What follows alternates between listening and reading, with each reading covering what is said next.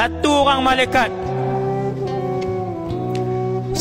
orang malaikat akan berdiri di tengah-tengah mahsyar yang luas. Malaikat ni akan sebut, ya ahlal jannati khulud.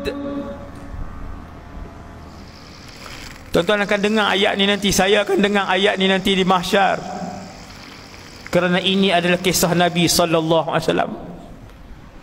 Malaikat ni akan berdiri di tengah-tengah mahsyar. Dia akan sebut kepada penduduk syurga hak belah kanan. Dia kata, ya ahlal jannati khulud, wahai penduduk syurga selama-lamanya.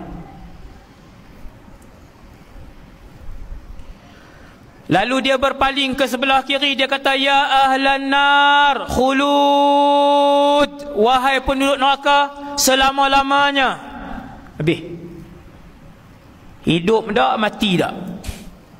Yang tu penduduk neraka.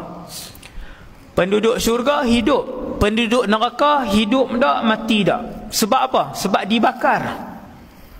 Nak hidup tak dan, nak mati tak dan. Sakit.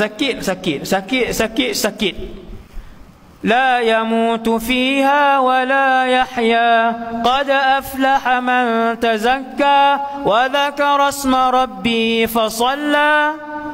La yamutu fiha wa la yahya. Mereka tidak mati dan tidak hidup.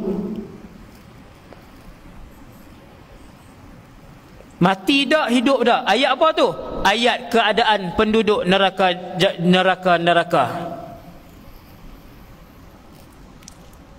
Sebelum ditimbang penduduk syurga, sebelum ditimbang penduduk neraka, sebelum ditimbang penduduk mahsyar, Allah panggil Nabi Adam alaihissalam, ya Adam, labbaika rabbi labbaik. Ya wahai Allah. Waktu tu tinggi kita macam tinggi